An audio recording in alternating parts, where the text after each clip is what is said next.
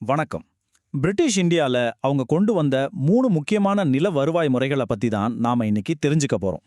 இந்த சிஸ்டம்ஸ் எல்லாம் இந்திய விவசாயிகளோட வாழ்க்கையை எப்படி தலைகீழா மாத்துச்சுன்னு வாங்க பார்க்கலாம். சரி, ஒரு கேள்வியோட ஆரம்பிக்கலாம். வியாபாரம் பண்ண வந்த பிரிட்டிஷ்காரங்களுக்கு இந்தியால எது மிகப்பெரிய சொத்தா இருந்திருக்கும்னு நீங்க நினைக்கிறீங்க? தங்கமா, வைரமா, இல்ல வேற ஏதாச்சுமா? பதில் ரொம்ப சிம்பிள். நிலம். ஆமா, இந்தியாவோட இந்த பரந்த விரிஞ்ச நிலப்பரப்பு தான் பிரிட்டிஷ்காரங்களோட வருமானத்துக்கு மிக முக்கியமான ஒரு ஆதாரமா இருந்துச்சு. சோ அவங்களோட ஒரே குறிக்கோள் அந்த வருமானத்தை எப்படியெல்லாம் அதிகப்படுத்தலாங்கிறது தான். நாம என்னவெல்லாம் பார்க்க போறோம்னா, முதல்ல பிரிட்டிஷ்காரங்களோட பிளான் என்னன்னு பார்ப்போம். அப்புறம் ஜமீன்தாரி, ரயத்வாரி, மகல்வாரின்னு 3 சிஸ்டம்ஸ் பத்தியும் அதோட நோக்கம் என்ன, கடைசியா இதனால என்னென்ன புரட்சிகள் வெடிச்சதுன்னு பார்க்கலாம். சரி, வாங்க முதல் பகுதிக்குள்ள போலாம். பிரிட்டிஷ்காரங்களோட நிலவரி திட்டம். அவங்களுக்கு ஒரே ஒரு எஜெண்டா தான், நிலத்திலிருந்து வர வருமானத்தை மேக்சிமம் ஆக்கணும். இதுக்காக அவங்க கொண்டு வந்த முதல் சிஸ்டம் தான் இந்த ஜமீன்தாரி முறை. சிம்பிளா சொல்லணும்னா இது ஒரு மிடில்மேன் சிஸ்டம். அதாவது பிரிட்டிஷ் அரசுக்கும் விவசாயிகளுக்கும் நடுவுல ஒரு இடைத்தரகரை கொண்டு வந்தாங்க. இந்த சிஸ்டம் பத்தி இன்னும் கொஞ்சம் டீட்டெயிலா பார்க்கலாம். 1793ல லார்ட் கார்ன்வாலிஸ் தான் இதை கொண்டு வராரு. எங்கெல்லாம்னா பெங்கால், பீகார், ஒரிசா மாதிரி பகுதிகளில். பிரிட்டிஷ் இந்தியாவோட கிட்டத்தட்ட 19% நிலத்துல இந்த முறை தான் இருந்துச்சு. ஆனா இதுல ரொம்ப முக்கியமான விஷயம் என்ன தெரியுமா? அது வரைக்கும் வரி வசூல் பண்றவங்கள மட்டும் இருந்த ஜமீன்தார்களை இப்போ அந்த நிலத்தோட ஓனர்ஸாவே ஆக்கிட்டாங்க. சரி, இப்போ டாக்ஸை எப்படி பிரிச்சுக்கிட்டாங்கன்னு பாருங்க. இதுதான் ரொம்ப இன்ட்ரெஸ்டிங்கான பார்ட்டு.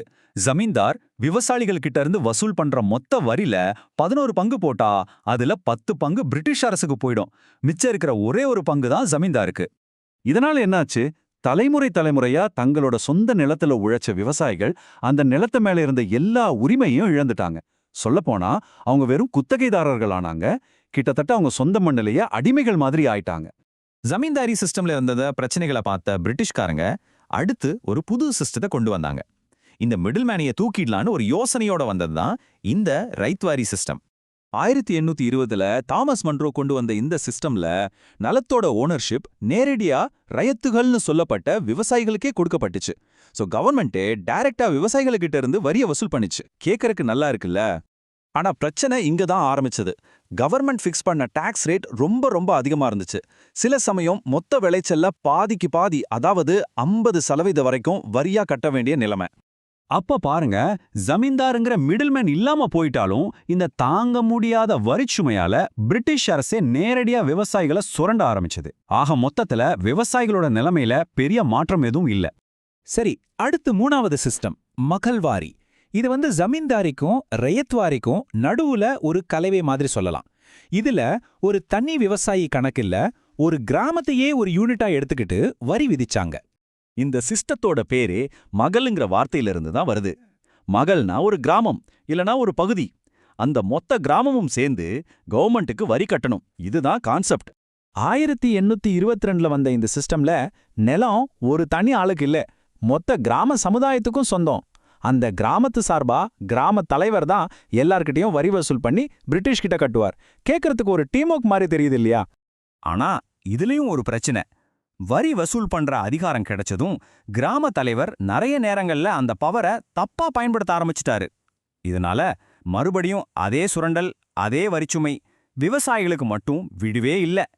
சரி, இப்ப இந்த 3 சிஸ்டத்தையும் ஒண்ணா வச்சு பார்க்கலாம். பேரு வேற, வேலை செய்யற விதம் வேற, வரி வாங்குற ஆளு வேறன்னு இருந்தாலும் இது எல்லாத்துக்கும் நடுவுல ஒரு பொதுவான விஷயம் இருந்துச்சு. இந்த டேபிள பாருங்க, உங்களுக்கு தெளிவா புரியும்.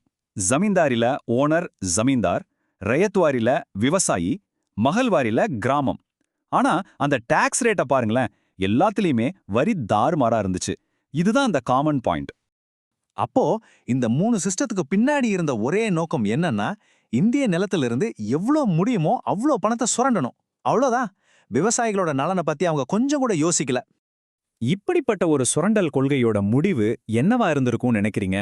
வரலாறு நமக்கு தெளிவா காட்டுற ஒரு பதில் விவசாயிகளோட புரட்சி தான்.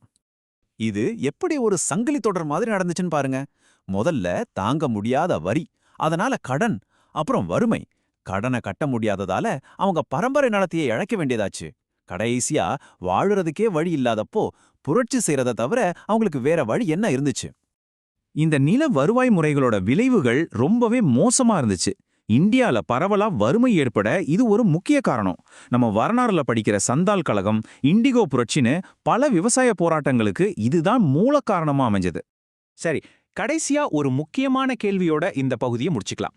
பல வருஷத்துக்கு முன்னாடி முடிஞ்சு போன இந்த காலனித்துவ நிலவரி முறைகளால ஏற்பட்ட பிரச்சனைகளோட தாக்கம் இன்னைக்கும் நம்ம கிராமங்கள்ல ஏதாச்சும் ஒரு விதத்துல தொடர்ந்துட்டு இருக்கா? என்ன நினைக்கிறீங்க? யோசிச்சு பாருங்க.